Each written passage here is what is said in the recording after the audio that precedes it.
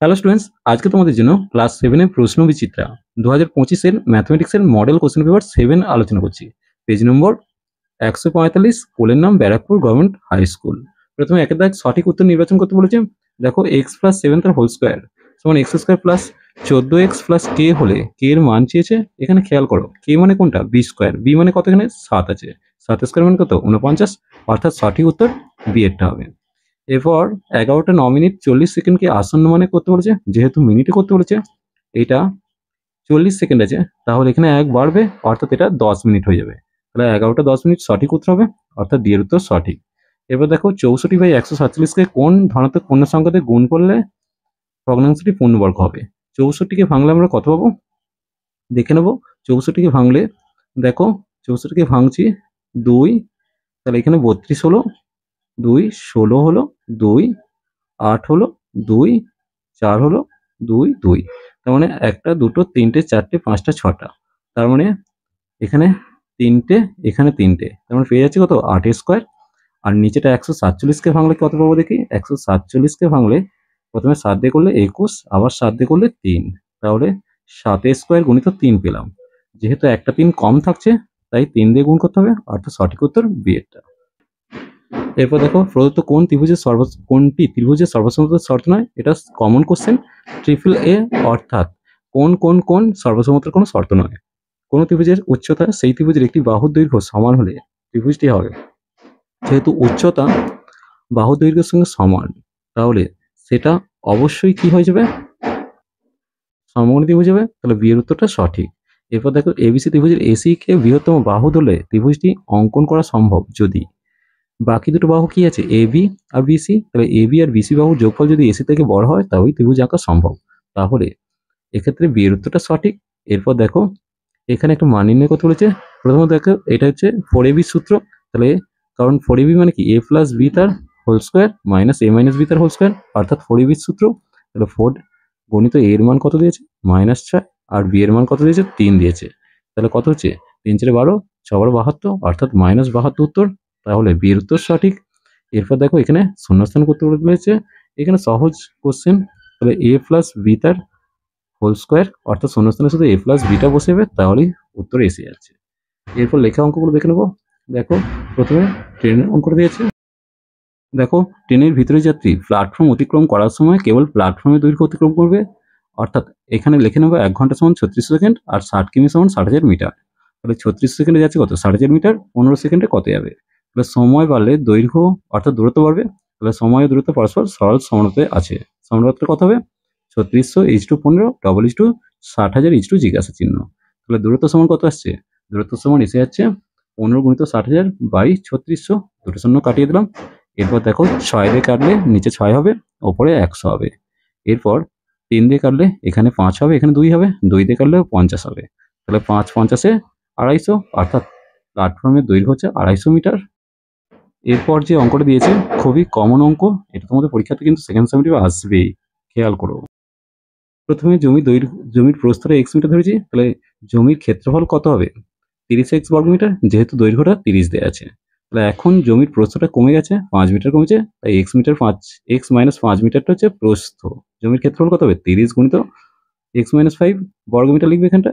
এবার 150 টাকা খরচ হয় 30x বর্গ মিটারে, 1 টাকা খরচ হয় 30x বাই 150, আর 120 টাকা খরচ হয় 30x গুণিত 120 বাই 150। শূন্য শূন্য কাটিয়ে দিলাম, 3 দিয়ে কেটে 15 দিয়ে কেটে ওপরে 2 পেলাম, তাহলে কত হচ্ছে 24x। তাহলে শর্তানুসারে 30 গুণিত x - 5টাই হচ্ছে 24x, সেখান থেকে x এর মান 25 পেয়ে যাচ্ছি। তাহলে এখানে উত্তর তুমি কি লিখছো, এখানে উত্তর লিখছো জমির প্রস্থ হচ্ছে, জমির প্রস্থ এসে গেল 25 মিটার, আর ক্ষেত্রফল হচ্ছে 30 গুণিত 25 মানে 750 বর্গ মিটার। এটা একটু লিখে নিও। এরপর দেখে নেব দুটি বর্গক্ষেত্রের ক্ষেত্রফল দিয়েছে, তার মধ্যে কোনটির বাহুর দৈর্ঘ্য কত বেশি সেটা চেয়েছে। দেখো প্রথম বর্গক্ষেত্রের বাহুর দৈর্ঘ্য √1.4641, তাহলে এখানে বর্গমূলটা দেখে নেব। প্রথমে দেখো একটার মাথায় দাগ দিয়েছি, দুটোর মাথায় এক একে এক করেছি, তাহলে এখানে 46 নেমে গেলো দশমিক খাইয়ে। এরপর দেখো এখানে 1 ছিল 2 হয়ে গেছে, এখন 2 খাওয়াচ্ছি, তাহলে 2 দিয়ে 22কে গুণ করলে 44 পাচ্ছি, তাহলে বিয়োগ করলে কত আসছে 2 41 নেমে যাবে, তাহলে এখানে 12 ছিল 24 হয়ে গেল। এখানে 1 খাইয়ে নিলাম, তাহলে 241 মিলে গেল। অর্থাৎ প্রথম বর্গক্ষেত্রের বাহুর দৈর্ঘ্য হচ্ছে 1.21 মিটার, দ্বিতীয় বর্গক্ষেত্রের বাহুর দৈর্ঘ্য কত হবে √/, 1.0609। তাহলে সেক্ষেত্রে বর্গমূল করলে কত পেয়ে যাচ্ছে 1.03 মিটার। তাহলে প্রথম বর্গক্ষেত্রের বাহুর দৈর্ঘ্যটা বেশি, কত বেশি না 1.21 থেকে 1.03টা বিয়োগ করবো, অর্থাৎ 0.18 মিটার বেশি। এরপর দেখে নেব, এখানে দুটো অঙ্ক দিয়েছে শর্ট কোশ্চেন হিসেবে। 0.997-এর 2 দশমিক স্থান পর্যন্ত আসন্ন মান লিখো। এটা বইতেই করে দিচ্ছি। এটার উত্তর দেখো 7-এর জন্য 1 বাড়বে, অর্থাৎ এটা 001 হয়ে যাবে। তাহলে সঠিক উত্তর হবে 1।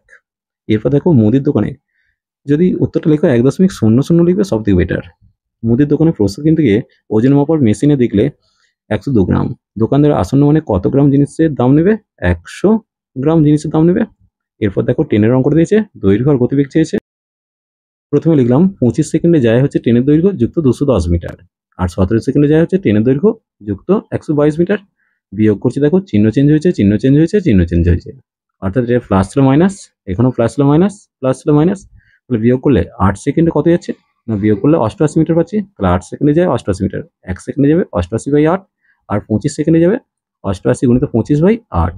কাটাটি করলে 25 আর 11কে গুণ করবো, অর্থাৎ 275 মিটার। তাহলে ট্রেনের দৈর্ঘ্য কত না 275 থেকে 210টা বাদ দিতে হবে, তাহলে ট্রেনের দৈর্ঘ্য হচ্ছে 65 মিটার। এরপর দেখো গতিবেগ বের করবো, একদিকে সময় ব্র্যাকেটে সেকেন্ড, অন্যদিকে দূরত্ব ব্র্যাকেটে মিটার। তাহলে 8 সেকেন্ডে 88 মিটার, আর 36 সেকেন্ডে কত যাবে, সময় বাড়লে দূরত্ব বাড়বে, অর্থাৎ সরল সমানুপাতে আছে। তাহলে অনুপাতটা কত লিখবো, 8:3600 88:83 চিহ্ন। তাহলে দূরত্ব কত আসছে 3600 গুণিত 88/8, কাটাটি করলে 39,600 মিটার পেলাম। 1000 দিয়ে ভাগ করলে 39.61 কিমি পেলাম। ট্রেনের গতিবেগ ঘন্টায় কত হয়েছে 39.61 কিমি। এরপর দেখো 3 দাগের উত্তর, পূর্ণ বর্গাকারে প্রকাশ করে মান নির্ণয় করতে বলেছে। এটা তোমাদের পরীক্ষায় এসে গেছে, তোমরা দেখে নিও। এখানের মধ্যে বিশেষ করে এই অঙ্কটা বাছাই করা অঙ্ক, কিন্তু এগুলো তোমাদের পরীক্ষাতে আসবেই। দেখো প্রথমে 64কে 8 স্কোয়ার করেছি, আর এখানে 1/p² 1/p তার হোল স্কোয়ার করেছি, মাঝখানে -2ab করেছি।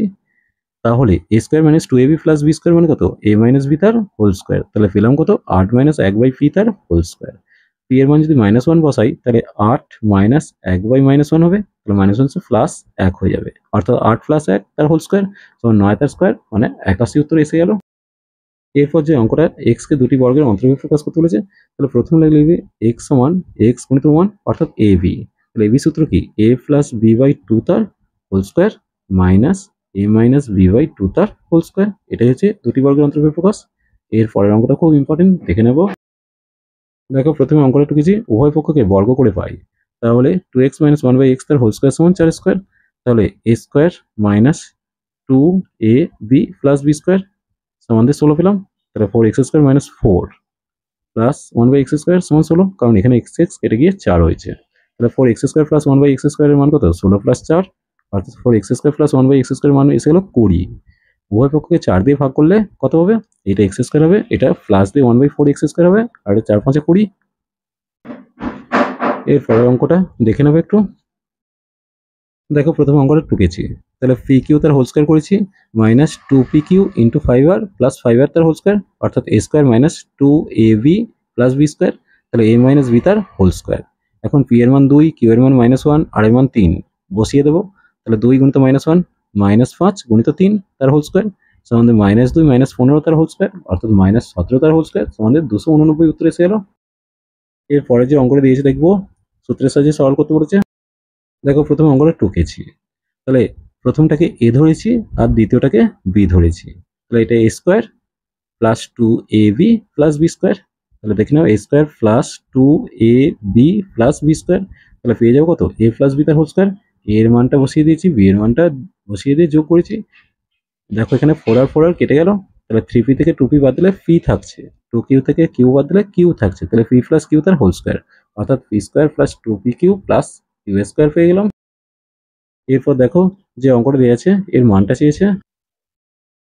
দেখো প্রথমে অঙ্কটা টুকেছি, টোকার পর এখান থেকে -2 করেছি, এদিক থেকে -2 করেছি। তাহলে এটা a - b সমান 4 দিয়েছে। তাহলে উভয় পক্ষকে বর্গ করে তাহলে এ মাইনাস বি তার হোল স্কোয়ার করলাম সমান 4 স্কোয়ার, তাহলে a square minus 2ab plus b square সমান 16 এসে গেল। এখন দেখো এখানে এটা কেটে গেল, তাহলে এম মাইনাস 2 তার whole square minus 2 plus 1/m minus 2 তার হোল স্কোয়ার সমান 16। এখন দেখো এই 2টা এদিকে চলে আসবে, তাহলে m মাইনাস 2 তার whole square plus 1/m minus 2 তার হোল স্কোয়ার সমান দিয়ে 16 প্লাস 2 মানে 18 এসে গেল। চলো আজ এই পর্যন্তই, নেক্সট ভিডিও নিয়ে খুব তাড়াতাড়ি হাজির হবো। ভিডিওটি ভালো লাগলে লাইক শেয়ার কমেন্ট করো, পারলে চ্যানেলটিকে সাবস্ক্রাইব করে নিও। তো টাটা বাবাই।